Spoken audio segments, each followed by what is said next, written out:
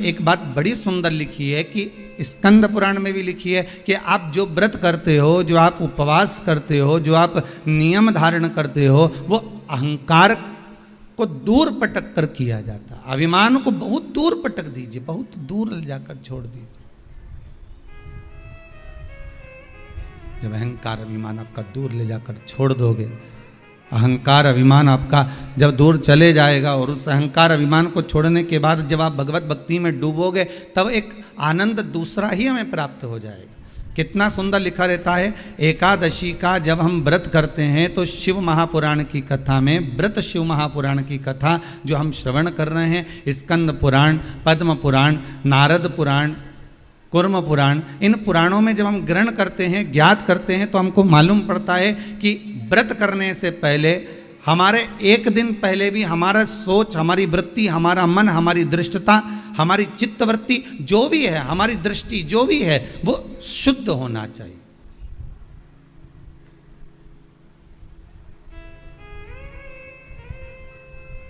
हमारा भाव शुद्ध हो, हमारा मन शुद्ध हो। हम दूसरे से आशा तो रखते हैं कि ये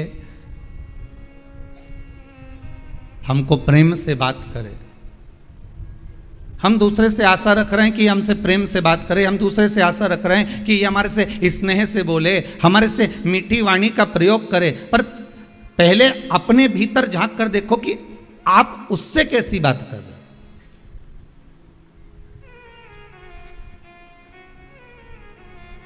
पहले भी कथा में कहा, आज फिर कहते हैं, प्रेम दोगे तो प्रेम मिलेगा। जो आपके पास में है वो आप लुटाना प्रारंभ कर दीजिए। आपके भीतर अगर अहंकार है तो आप अहंकार लुटाना प्रारंभ कर दीजिए। आपके भीतर अगर कपट है तो आप कपट लुटाना प्रारंभ कर दीजिए। सामने वाला स्वयं कपटी हो जाएगा। आपके भीतर अगर झूठ है, प्रपंच है, तो झूठ और प्रपंच लुटाना प्रारंभ कर दीजिए। सामने वाला अपने आप झूठ और प्रपंची हो जाएगा। आपके भीतर अगर विश्वास है तो आप विश्वास देना प्रारंभ कर दीजिए, विश्वास लुटाना प्रारंभ कर दीजिए, विश्वास देना प्रारंभ कर दीजिए। सामने वाला विश्वासवान हो जाएगा।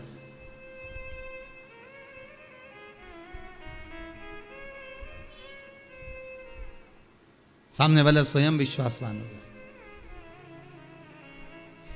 आपके भीतर अगर भजन है तो आप भजन देना प्रारंभ करो, सामने वाला खुद भजन गाने बैठ जाएगा। हमने कई माताओं को देखा है, जब तीज त्योहार आता है ना, तो एक माता भजन गाने बैठती है, ढोलक लेके जो पीटना चालू करे, मंजीरा बजाने वाली भी नहीं होना तो दूसरी आके बैठ जाती, मंजीरा उठा ले बजाने लगते। उसको बजाना भी नहीं आता, फिर भी वो आकर बैठ जाती। बैठे बैठे वो ताली बजाएगी, तीसरी फिर आ जाएगी, वो बैठे बैठे ताली बजाएगी, भजन गाएगी। एक गाने बैठी थी, देखते देखते 8, 10, 15, 20 इकट्ठी हो गई। अर्थात आपने भजन दिया है, आपने भजन दिया तो भजन मिल रहा है, आपने प्रेम दिया तो प्रेम मिल रहा है, आपने करुणा दी है तो करुणा मिल रही है, आपने वात्सल्यता दी है तो वात्सल्यता प्राप्त हो रही है। भगवान कृष्ण की माता जी का नाम यशोदा रानी, यश ददाती इति यशोदा, जो दूसरे को यश प्रदान करती है वही यशोदा है। अब आपने तो नाम रख लिया यशोदा और मालूम पड़े दूसरे को दे रही अपयश। यश तो कभी दिया ही नहीं। बहू ने भोजन बनाया, थोड़ी सी सब्जी बेकार बन गई तो तुरंत सास ने कह दिया, पति ने कहा आज तो भोजन अच्छा नहीं बना, इसमें दाल में नमक कम रह गया, मिर्ची ऐसी डल गई, तो तुरंत सास ने कह दिया मैंने नहीं बनाई है, बहू ने बनाई है। मतलब आपने अपयश बहू को दिया है तो एक दिन बहू भी तो अपयश आपको देगी। आप जो लुटा रहे हो, आप अगर कह देती कि दाल मैंने बनाई है और दाल बिगड़ गई होगी, अब शरीर से बनता नहीं है, पाँव में इतना दर्द रहता है ना, तो उसके कारण बस हो सकता है नमक कम डाला हो, ध्यान नहीं रहा हो, मेरी चित्तवृत्ति में नहीं गया हो, मिर्ची ज़्यादा डल गई हो, कुछ हो गया हो, सर सब्जी मेरे हाथ से बिगड़ गई। बहू ने बनाई थी, बिगाड़ी उसने थी, पर आपने उसको यश दे दिया और अपयश अपने माथे पर ले लिया। तो एक दिन बहू भी यही करेगी कि स्वयं यश प्रदान करेगी और अपयश अपने माथे पर लेगी। पर हमारी आदत ये रहती है कि अच्छा करा तो मैंने करा और बुरा करा तो वो बेहरू सिंह ने करा। हमने तो तुरंत कह दिया, अच्छा हम कर रहे हैं, बुरा वो कर रहा है। अब इसमें प्राप्ति कहां है?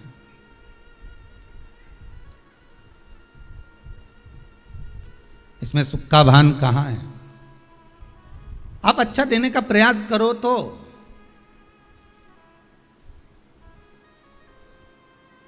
जो साड़ी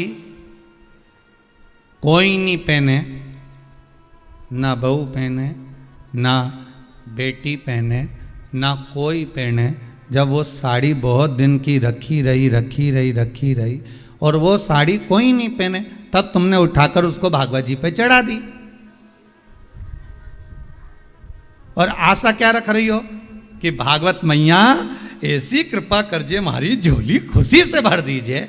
भागवत मैया सोचे बता कजन कहाँ की कितने साल पुरानी साड़ी इधर उधर से घूम फिर के तेरे पास आई और तूने मेरे को ला के चढ़ा दी, और आशा रख रही है कि भागवत मैया मेरी झोली खुशियों से भर दे। तो भागवत जी बोली कि मैंने तुझसे कहा था कि तू मुझे साड़ी चढ़ा। कभी भागवत महारानी बोलने आई तुमसे? कभी भागवत महारानी ये कहने आई कि मेरे को साड़ी चढ़ा, कि मुझे आभूषण चढ़ा, कि मुझे रतन चढ़ा, कि मुझे माणिक चढ़ा, कि मुझे सोना चांदी चढ़ा? भागवत कभी नहीं कहने आई कि मुझे ये चढ़ाना। भागवत तो ये कहती है कि तुलसी का दल हो तो समर्पित कर दो, और वो भी नहीं है तो मेरे चरणों में आकर बैठ जाओ, नमन कर लो। जब आखिरी में कथा विराम होगी तो तुलसी का दल व्यास जी महाराज तुम्हारे हाथ में पकड़ा ही देगा। तो भागवत तो ये कहती है कि प्रेम का एक पत्ता भी दिया जाए, स्नेह का एक चावल भी दिया जाए तो भगवान स्वीकार कर लेता है। प्रेम और स्नेह से भगवान स्वीकृत करता है, प्रेम और स्नेह से भगवान बढ़ा लेता है। प्रेम स्नेह से रिटर्न बढ़ा थोड़ा सा। प्रेम का अगर भाव हुआ, प्रेम अगर आपके पास में है तो आपको मिलेगा, और अगर प्रेम नहीं है तो मिलेगा। जो होगा आपके पास में वो दे दीजिए।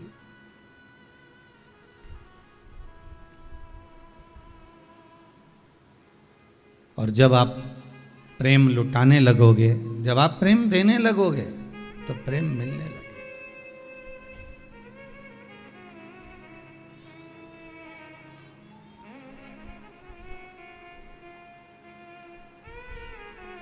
शिव बहुत सरल भाषा में समझ लीजिए, बहुत अच्छे से समझ लीजिए। शंकर भगवान ने अपनी जटा में गंगा जी को रखा और सारे विश्व के उद्धार के लिए, संसार के उद्धार के लिए शंकर भगवान ने वो गंगा पृथ्वी पर भेज दी। अब शिव जी ने आपको क्या दिया है? जम के बोलो, क्या दिए? जटा में से गंगा। आप शंकर जी को क्या दे रहे हो? जो पानी भरकर ले गए हो, लोटा भरकर ले गए हो, भले आपने उसमें गंगा का जल नहीं मिलाया, पर आप लोटा भरकर जल भरकर लेकर गए हो, शंकर को समर्पित करा, तो भाव तो आपका गंगा का ही है कि हम शिव जी को गंगा का जल समर्पित कर रहे हैं। भाव तो आपका वही है। आप भले ना दिए हो पर भाव आपका वही है। शिव ने गंगा दी, आपने शंकर को गंगा दी। रामेश्वरम जाकर करा क्या आपने? केवल गंगा का जल ही तो समर्पित करा है शिव, क्योंकि भोलेनाथ ने, विश्वनाथ ने, शंभू ने आपको प्रदान करा था तो आपने उनको दिया है।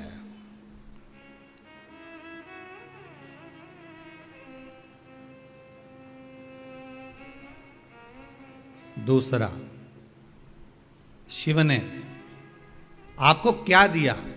तो शंकर ने दूसरी चीज दी है हमको, सत्य। क्या प्रदान करा है? सत्य।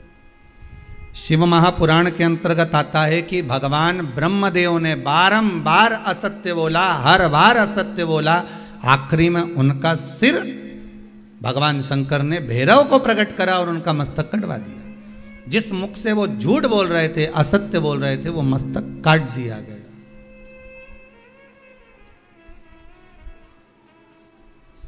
वो मस्तक काट दिया गया जिससे वो असत्य बोल रहे थे, जिससे वो झूठ बोल रहे थे।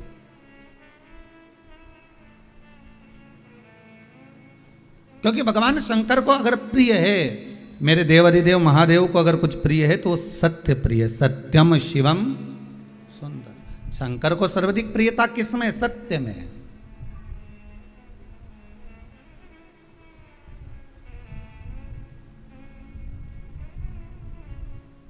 सतनाम कहो, भोलेनाथ कहो, भोलेनाथ कहो, भोलेनाथ कहो। सत्य में शिव है, और जहां शिव है वहां जीवन अपने आप सुंदर है।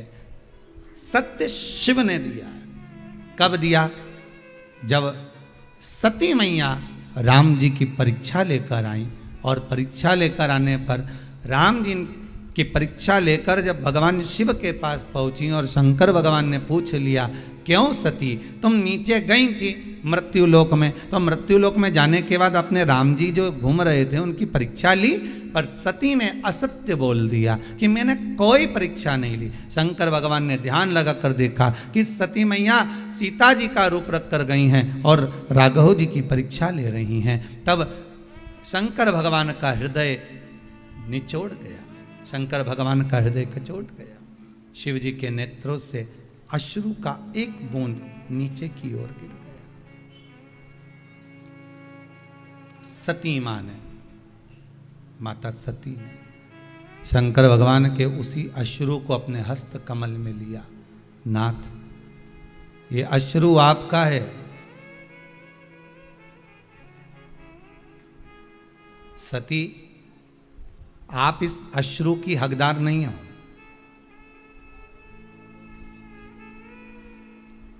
सती आप इस अश्रु की हकदार नहीं हो। सती ने पूछा, इस अश्रु की हकदार मैं नहीं हूं? नहीं नहीं, आप इस अश्रु की हकदार नहीं हो, ये अश्रु तो आप किसी और को दीजिए। सती ने पूछा, क्यों? शंकर भगवान बोले, मेरा ये अश्रु आपको मालूम नहीं है कि ये मेरा आंसू कब निकला है? आप झूठ बोली हो, असत्य बोली हो, तब निकला है।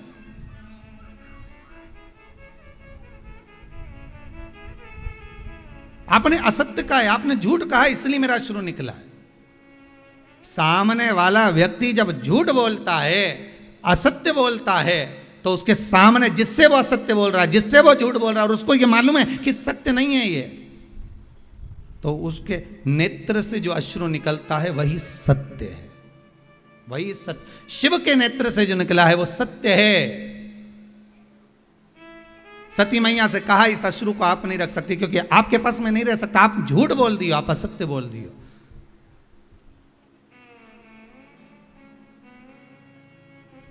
व्यक्ति तो आखिरी में बोलता है राम नाम सत्य है, बाकी का समय तो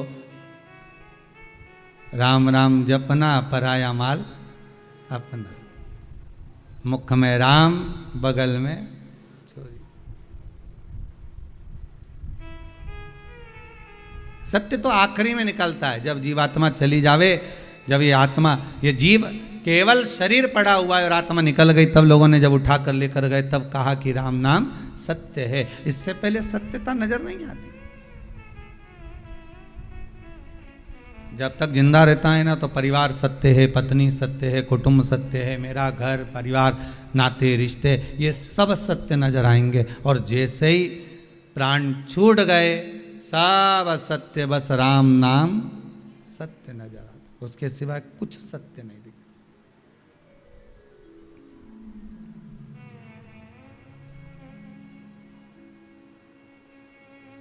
उसके सिवाय कोई सत्यता नहीं।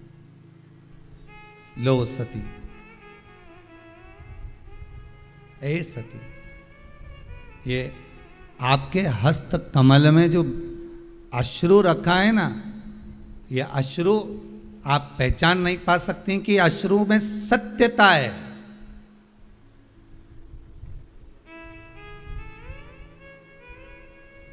इस अश्रु को आप जान नहीं पाओगी। किसी ने एक लाइन अच्छी गाई है, शायद किसी ने गाए होगी, कोई कलाकार ने, पर अच्छा था। हजारों तरह के ये होते हैं आंसू, अगर दिल में गम हो तो रोते हैं आंसू, और खुशी में भी दामन भिगोते हैं आंसू। अब अश्रु भी हजार तरह के होते हैं। एक हो सकता है कि प्रसन्नता का भाव आ जाए, तब आपकी आंख में आंसू आ जाए, मेरे बेटे का जॉब लग गया, मेरा बेटा ठीक हो गया, आज मेरा पुत्र ठीक हो गया। आज कोई माता आई थी, कह रही थी मेरा बेटा 5 साल से जो बीमार चल रहा था, बाबा की ऐसी कृपा हो गई, वो ठीक हो गया, वो श्रेष्ठ हो गया।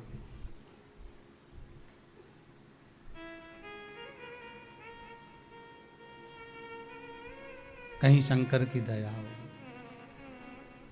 प्रसन्नता में भी अश्रु आ जाते हैं।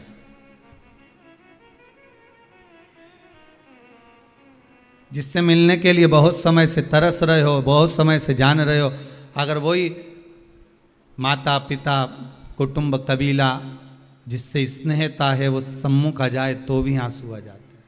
प्रेम है, करुणा है, वात्सल्यता, स्नेह।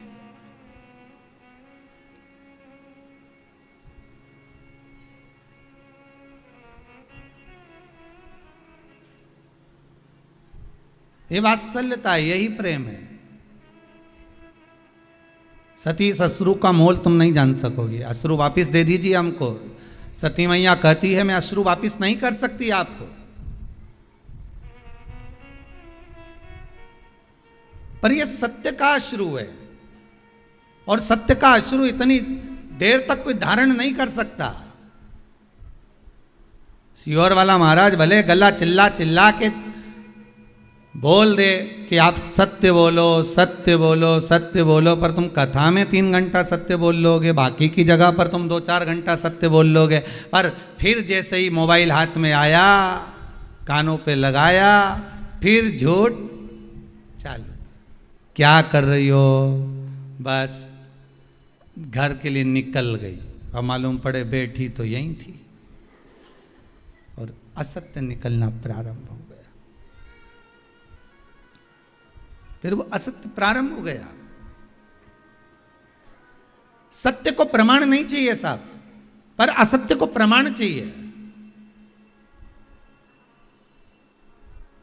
जो झूठ बोलने वाला होता है ना, वो बार बार कहता है लाओ प्रमाण दो, लाओ प्रूफ दो, अभी मैं चले जाऊं, अभी मैं बता दूं, अभी मैं ये कर दूं, लाओ प्रूफ दो। असत्य को प्रमाण चाहिए, सत्य को प्रमाण की जरूरत नहीं पड़ती भाई। अभी मैं ये कर देता, सत्य को प्रमाण नहीं चाहिए। सत्य सत्य। सती ब्रह्मदेव ने असत्य बोला, भगवान शंकर ने तुरंत भैरव को प्रकट करा, और काल भैरव को प्रकट होकर कहा काट दो ब्रह्मा जी का सिर जिससे वो असत्य बोल रहे हैं, काटो इसका सिर। नख तोड़ा, ब्रह्मदेव का सिर कट गया, क्योंकि झूठ बोल रहे थे। असत्य से ब्रह्मा जी का सिर कट सकता है, तो झूठ बोलने से, असत्य बोलने से हमारा पुण्य कट नहीं सकता। पाप बढ़ेगा और पुण्य कटेगा, पुण्य भी तो समाप्त होता है। हमने पहले कथा में कहा था, आज फिर कहते हैं, आप 24 घंटे सत्य मत बोलो, परंतु कम से कम दिन भर में 1 घंटा तो ऐसा बना लो कि मैं 1 घंटा सत्य बोलूंगी। पर वो 1 घंटा किसी को बताना मत कि मैं इसी घंटे में सत्य बोलूंगी, नहीं तो मालूम पड़े कहीं का आकर बहू पूछ ले, क्यों मम्मी सही बताना, मेरे प्रति क्या सोच रही बैठे बैठे, और सास ने जो सत्य बोल दिया तो हो गया कल्याण। और बताना भी मत को कौन से घंटे में तुम सत्य बोलने वाली।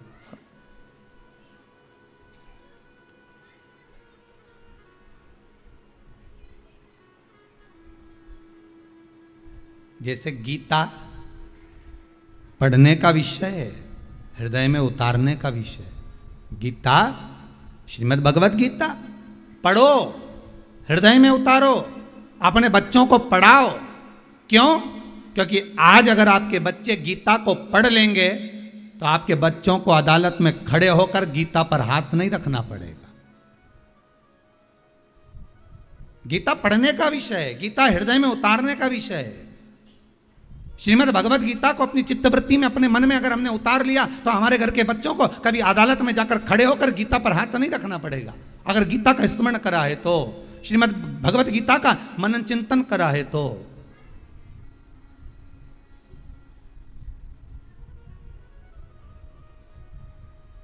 थोड़ा सा सत्य अपने जीवन में उतारो, तब जाकर जीवन का आनंद सती लाओ ये मेरा अश्रु मुझको दे दीजिए, ये सत्य से जो अश्रु निकला है, ये सत्य का अश्रु आप मुझे प्रदान कर दीजिए। नहीं नहीं नहीं स्वामी, मैं ये सत्य को अपने पास रखना चाहती हूँ। शंकर भगवान ने कहा सुनो सती, अगर सत्य अगर आपने अपने पास में रख लिया तो आपको सहन बहुत कुछ करना पड़ेगा, मैं सहन करने को तैयार हूं। अगर सत्य मेरे पास में रह रहा है तो मैं सहन भी कर लूंगी। और सती ने क्या सहन करा वो आप देख लो। सती जब पिता के यज्ञ में गई और वहां पहुंची, और पहुंचने के बाद माता सती ने जब जो देखा, देखने के बाद सती ने सत्य कहना प्रारंभ करा और सत्य सुनना प्रारंभ करा, तो सती को भस्म होना पड़ा। माता सती को भी भस्म होना,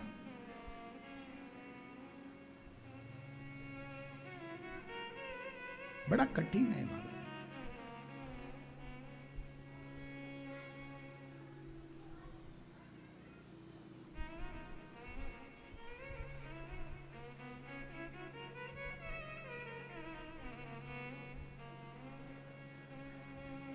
सत्य को पहचान कर सती मैया ने बारंबार शिव से कहा मैं सब सहन कर लूंगी सत्य को, आप मुझे दे दीजिए। शंकर भगवान ने अपना अश्रु, वो सत्य का अश्रु, सत्यता का अश्रु शंकर भगवान ने दे दिया सती माता।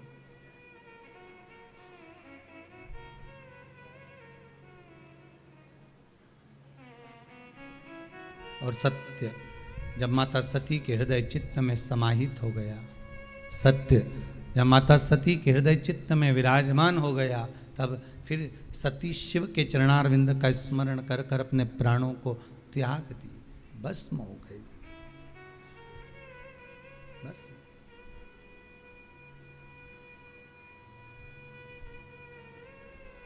और वो सत्य के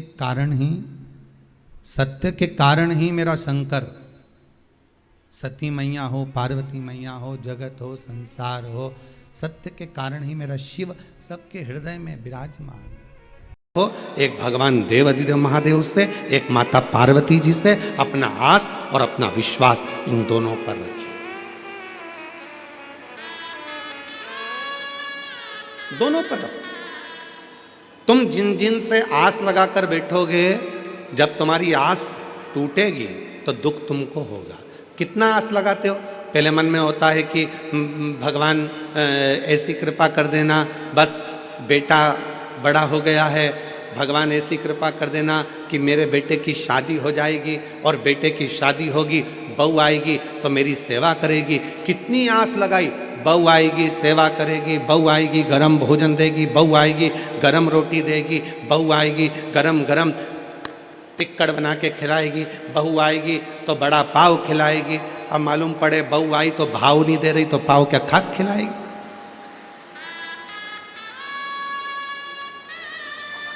आस टूटा,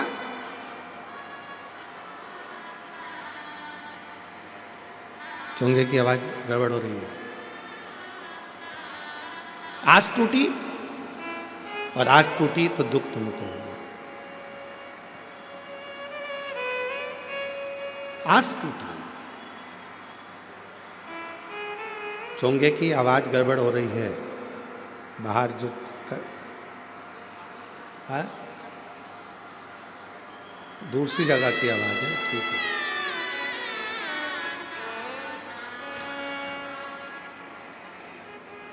फिर आस लगाई कि बहुत कुछ प्राप्त करूंगा, और वो आस पूरी नहीं हुई तो दुख हुआ। शिव कथा कर रही है। आस अगर लगाना है तो केवल हमारे देव अधिदेव महादेव से, भगवान। किसके भरोसे आए हो यहां पर? महादेव के। सियोर वाले महाराज के भरोसे नहीं।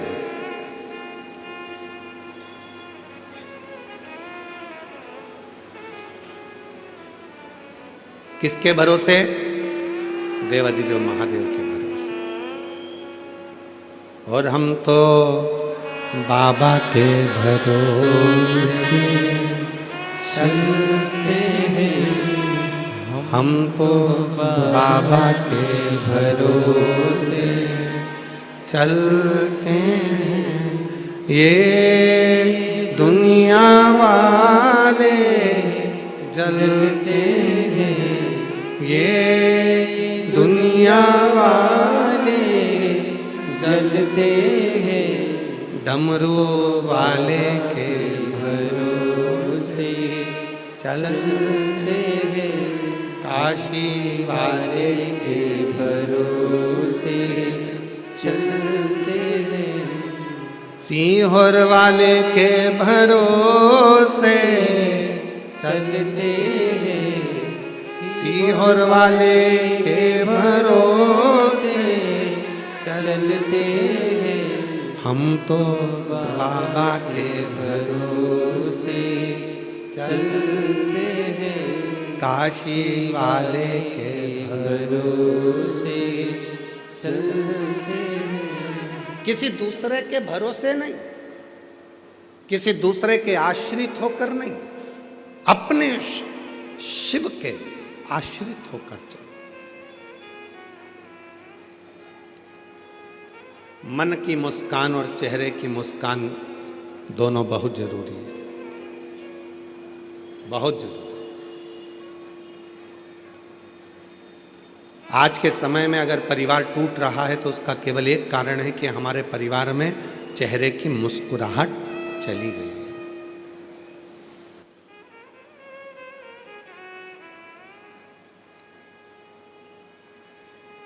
अच्छा, एक बात पूछें, सब उत्तर दोगे? जम के तो बोलो जरा। ठीक है, परिवार में शादी में जाते हो, फोटो खिंचवाते हो? आपके मम्मी भी गए हैं, आपके पिताजी भी गए हैं, आई भी गई है, भाऊ भी गए हैं, और वो मराठी भाषा में क्या कहते हैं, मुलगा मुलगी भी गए हैं। ठीक है, तो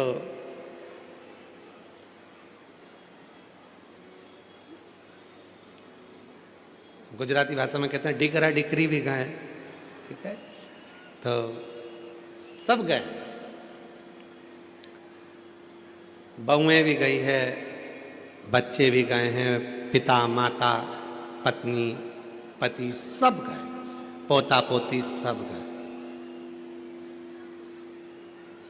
अब परिवार वालों ने कहा नहीं नहीं साहब, जीजी स्टेज पे आओ, फोटो खिंचवाओ। जीजी ने कहा ठीक है, जीजा जी को बुलाओ। जीजा जी आए तो उन्होंने कहा मेरे दोनों तीनों लड़का है उनको बुलाओ। लड़के आए तो उन्होंने कहा मेरी पत्नियों को बुलाओ। पत्नी आई तो क्या हमारे बच्चों को बुलाओ। पूरा परिवार जब एक साथ शादी के स्टेज पर फोटो खिंचवाता है, इतना सुंदर फोटो आता है, तो तुम उसको घर की दीवार पे लगाते हो कि हमारा इतना अच्छा फोटो आया था शादी में। पूरा परिवार, मेरी लड़कियां, मेरे दामाद, मेरे बेटे, मेरी बहुएं, मेरे पोते, मेरी पोती, मेरे नाती, मेरे पंती, सब उस फोटो में दिख रहे हैं। जब एक फोटो परिवार के साथ एकत्रित होकर अच्छा आ गया तो तुमने उसको घर के हॉल में लगा दिया। जरा विचार करिए कि महीने में 15 दिन में जब पूरा परिवार एक जगह बैठकर भोजन करेगा तो तुम्हारी जिंदगी कितनी सार्थक हो सकती है, कितनी सार्थक हो सकती है। हम जानते हैं कि मुंबई में ये सब चीजें संभव नहीं है। बड़े बड़े शहरों की रीति बड़ी विचित्र है। हम दो, जम के बोलो, हम दो हमारे दो, और घर में एक्स्ट्रा आ जाए तो बाहर फेंक दो। बड़े बड़े शहरों की रीति बड़ी, पर आपसे निवेदन है, मान लो मुंबई में हम ये नहीं कर सकते, अपने बड़े बड़े शहरों में फ्लैटों में नहीं कर सकते कि इतना बड़ा परिवार हम अपने फ्लैट में जोड़ लें। छोटा सा तो अपना घर है, उसमें इतने सारे लोगों को कैसे रखें। तो निवेदन है, जब गांव जाया करो, अपने गांव में जाते हो, अपने शहर में से जब अपने परिवार में जाते हो तो प्रयास करा करो जितने दिन अपने परिवार के साथ में रहो उतने दिन बड़े प्रसन्नता के साथ, स्माइल के साथ, स्नेह के साथ, सबके साथ बैठकर भोजन करा करो। कम से कम आपस का प्रेम बढ़ेगा तो वो जिंदगी में सार्थकता उत्पन्न करेगा। प्रेम बढ़ा। आज के समय में धन की कमी नहीं है, आज के समय में व्यापार की कमी नहीं है, आज के समय में काम की कमी नहीं है, आज के समय में कोई प्रॉपर्टी की कमी नहीं है। आज के समय में सबके पास धन है, वैभव है, प्रतिष्ठा है, मकान है, बंगला है, फ्लैट है, जमीन है, जायदाद, सबके पास। और नहीं है तो लोन वाले तुम्हारे पीछे पीछे घूमकर हाथ जोड़कर कहते हैं लोन ले लो।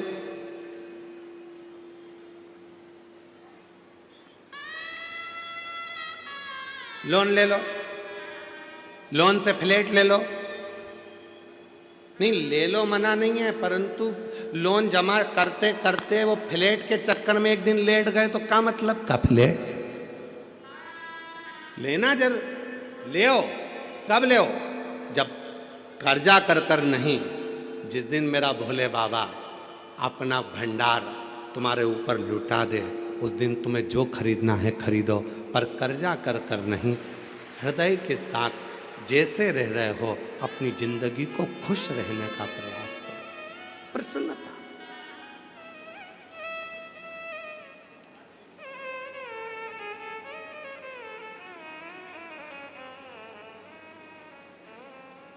शिव कथा कर रही है। देवराज नाम का ब्राह्मण न कभी मंदिर गया है, न कभी देवालय गया है, न कभी शिवालय गया है, न कभी उसने आराधना करी है, न कभी साधना करी है।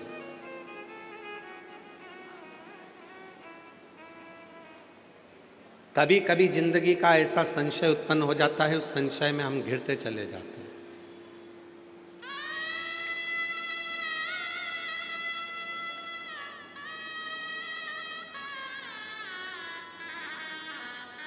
तमिलनाडु का, मदुरई का मीनाक्षी मंदिर किस किस ने देखा है? कौन कौन गया है दर्शन करने के लिए? हाथ उठाओ जरा। रख लो, बहुत सारे लोग गए, रखो। आप भी गए? तो जी उस मंदिर की एक विशेषता, हमारे श्रीमती परिषा प्रताप सरनाइक जी बोल रहे हैं कि हम भी दर्शन कर कर आए हैं मदुरई के मीनाक्षी मंदिर का। वहां की एक विशेषता,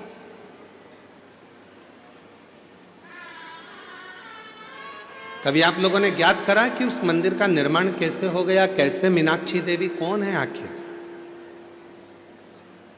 शिव जी कैलाश पर बैठे हैं, मां अंबा जगदम्बा माता पार्वती उनके नजदीक में बैठी हैं।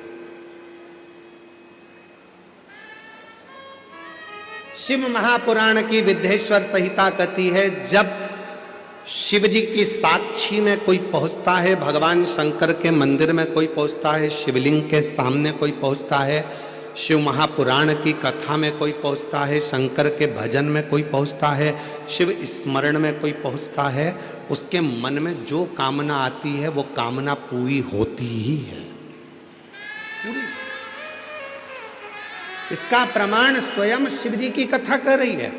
भगवान देवादिदेव महादेव माता सती को लेकर कुंभज ऋषि के आश्रम में जाते हैं, अगस्त बाबा के आश्रम में बैठकर कथा सुनने के लिए जाते हैं। और माता सती का विवाह हुआ था शिव जी के साथ। बड़ी सुंदर विवाह संपन्न होने के बाद शंकर भगवान माता सती को कुंभज ऋषि के यहाँ, अगस्त ऋषि के यहाँ जब कथा सुनाने के लिए लेकर गए, सती माता कथा सुनने के लिए बैठी तो सती माता के मन में आया, शादी के बाद तो पति को, पत्नी को भ्रमण कराने के लिए कहीं और लेकर जाना चाहिए, पर मेरी शादी होते से पति शिवजी मुझे कथा सुनाने बिठा दिए। शादी होते से ही मेरे पति ने, मेरे शंकर भगवान ने कथा सुना दी। शिवजी के पास में बैठकर माता सती के मन में आया, इससे तो ये शरीर जलकर भस्म हो जाए तो अच्छा। शिव पुराण की कथा कहती है, जो शंकर के पास में बैठकर, शंकर की साक्षी में बैठकर, शिव महापुराण की कथा में बैठकर, शंकर भगवान के भजन में बैठकर उसके मन में जो कामना होती है शिवजी उसको पूरा जरूर करते हैं। सती के मन में कामना आई कि ये शरीर जलकर भस्म हो जाए तो अच्छा, और वो हुआ। सती माता अपने पिता के घर में दक्ष प्रजापति के यहाँ यज्ञ के कुंड के पास अपने प्राणों को त्याग दी और जलकर भस्म हो गई। क्यों? क्योंकि उनके मन में ये भाव आ गया था।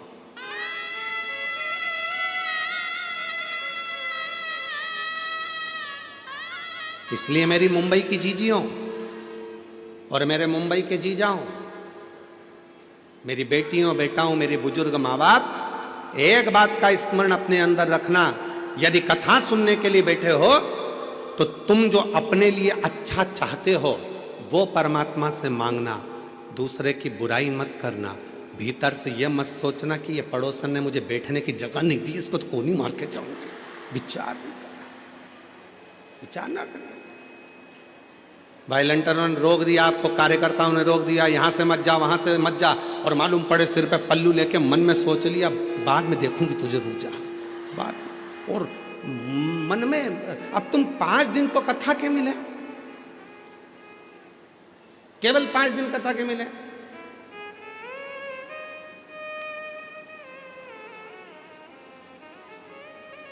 हमने मंत्री जी से पूछा, श्री प्रताप इंदर भाई बाबूराव साई सरनाइक जी से, कि मंत्री साहब ये कथा 7 दिन की जगह 5 दिन क्यों रखी? तो कहा गुरुजी पहले 6 मंथ का एग्जाम देख लूं, फिर फाइनल एग्जाम देख लेंगे।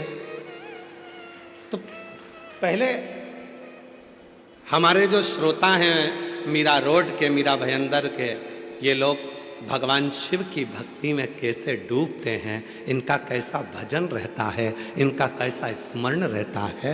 और तुम भी याद रखना, कथा हो जाए 5 दिन की, फिर साल 2 साल में फिर वापिस, मंत्री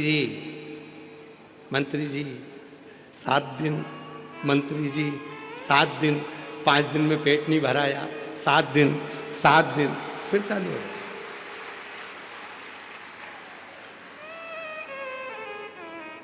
छोड़ना मत ही, इनको भी पकड़ के रखना। 7 दिन, 2 साल में, 4 साल में, 5 साल में, 6 साल में, 7 साल में लगे रहे। मंत्री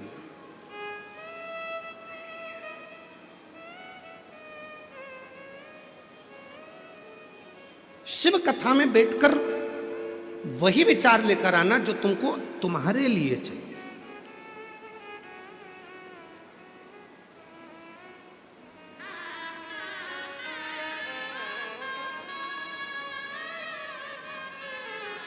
वो विचार, गलत विचार लेकर ही मत आना। 5 दिन अपने मन में बहुत अच्छा विचार लेकर, बहुत अच्छा विचार, बहुत अच्छा।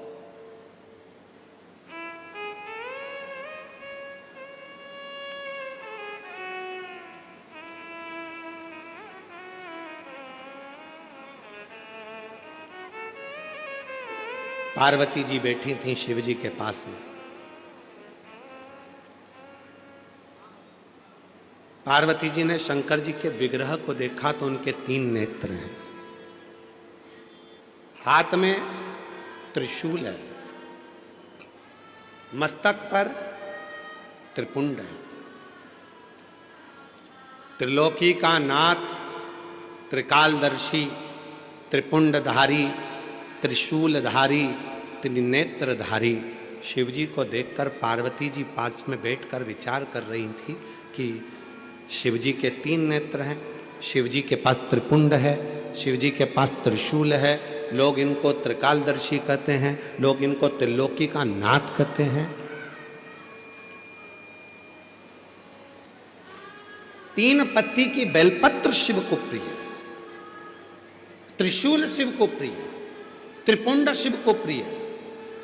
तो पार्वती जी के मन में आया कि ये सब चीजें शिवजी को त्रिगुणाकार सृष्टि में त्रिपुंडधारी त्रिलोकी के नाथ भगवान भोलेनाथ को ये सब 3 में अच्छा लगता है। पार्वती जी के मन में भाव आया कि मेरी जिंदगी में ये त्रिगुणाकार स्वरूप में 3 का कोई क्रम नहीं हुआ, मेरे जीवन में ये 3 का कोई क्रम नहीं। पार्वती मैया मौन हो गई। थोड़ी देर बाद शंकर भगवान ठहाका लगाकर हंसने लगे, खूब तेज हंसे भगवान भोलेनाथ, खूब। पार्वती जी का ध्यान गया तो पार्वती जी ने पूछा तुम मुस्कुरा क्यों रहे हो, हंस क्यों रहे हो, तुम्हारे हंसने का कारण क्या है?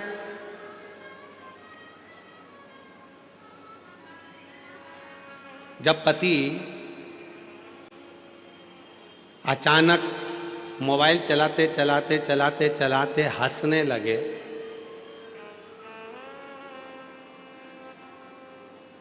तो पत्नी को भी चिंता लगने लगती है कि आखिर हंस क्यों रहे। कई बार शादी में, पार्टी में इसी बात की लड़ाई हो जाती है पति पत्नी में। तुम घर में रहते हो तो तुम्हारा मुंह 24 घंटे ऐसा उतरा रहता पूछो मत ही, और शादी में तो ऐसे मुस्कुरा रहे थे, पार्टी में तो ऐसे हंस रहे थे, मुझे देखकर कर्फ्यू लग जाता है। पति बोला ऐसी कोई बात नहीं, ऐसी कोई बात नहीं।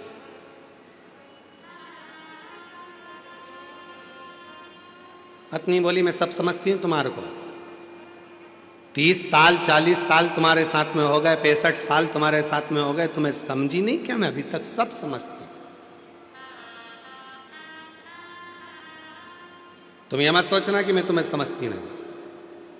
पार्वती मैया शिव जी को देखकर हंस, जो पूछा पार्वती जी ने कि भोले बाबा तुम हंस क्यों रहे हो, मुस्कुरा क्यों रहे हो, क्यों हंस रहे हो? शिव जी कुछ नहीं बोले। क्यों? क्योंकि भगवान शंकर बोलना नहीं चाहते थे। कुछ बातें ऐसी होती हैं जो बोली नहीं जाती, बोल नहीं सकते। भगवान भोलेनाथ ने कुछ नहीं बोला। पार्वती मैया बारंबार पूछती रही पर शिव जी नहीं बोले। 4 दिन निकल गए, 5 दिन निकल गए, तब पार्वती जी ने आज चरण पकड़ लिया भोलेनाथ जी का कि अब तो तुम्हें बताना पड़ेगा कि तुम इतने हंस क्यों रहे थे। जब मैं तुम्हारे पास में बैठी थी तो तुम्हारे हंसने का कारण क्या था? शिव जी ने कहा पार्वती तेरे मन में एक भाव आ गया था मेरे त्रिपुंड को देखकर, त्रिशूल को देखकर, 3 नेत्र को देखकर, त्रिगुणाकार सृष्टि को देखकर, त्रिलोकी के नाथ को देखकर तेरे मन में एक भाव आ गया था कि मैं भी कोई 3 रूप का सुख तो देखूं। पार्वती अब तुझे उस स्वरूप को धारण करना पड़ेगा जो तेरे मन में भाव उत्पन्न। अभी कथा में कहा शिव जी की कथा में बैठना या शंकर जी के मंदिर में 1 लोटा जल चढ़ाने जाना या शिव जी के मंदिर में बैठकर भगवत भजन करना या शंकर भगवान की शिव महापुराण की कथा में बैठकर कथा श्रवण करना, तो अपने मन में अच्छा भाव लेकर आना। कोई ऐसा भाव लेकर मत आना कि तुम्हारे जीवन के लिए वो तकलीफदायक। अच्छा सोचिए, अच्छा विचार करिए।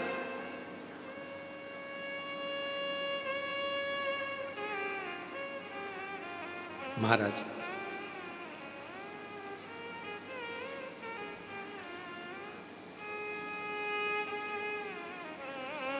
और मांगा है भोलेनाथ से वरदान एक ही, मांगा है भोलेनाथ से वरदान एक ही, मांगा है भोलेनाथ से वरदान एक ही, मांगा है भोलेनाथ से वरदान एक ही,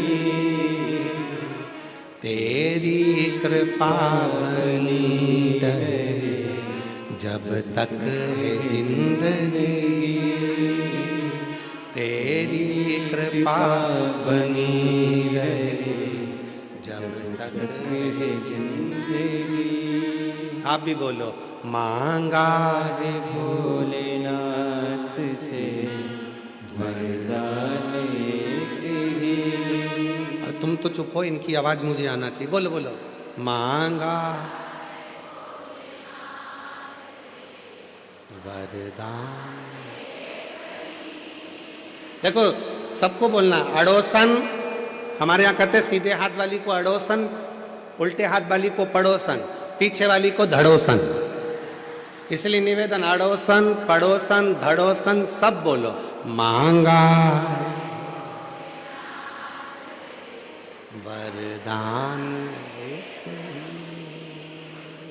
मांगा है भोलेनाथ।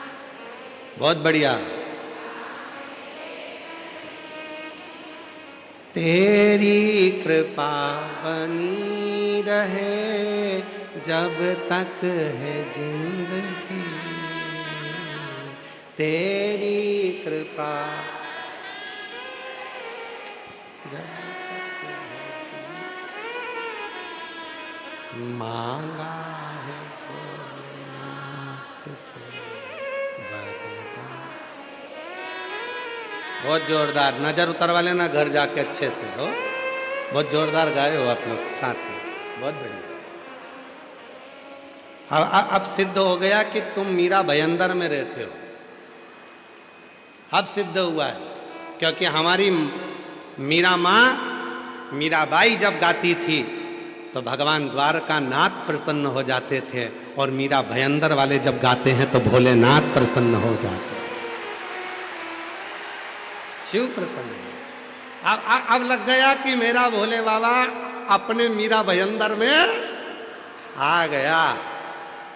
अब आ गया, फ्लाइट लैंड अब पहुंच गई है, बिल्कुल पक्का हो गया कि अब आ गई निश्चित।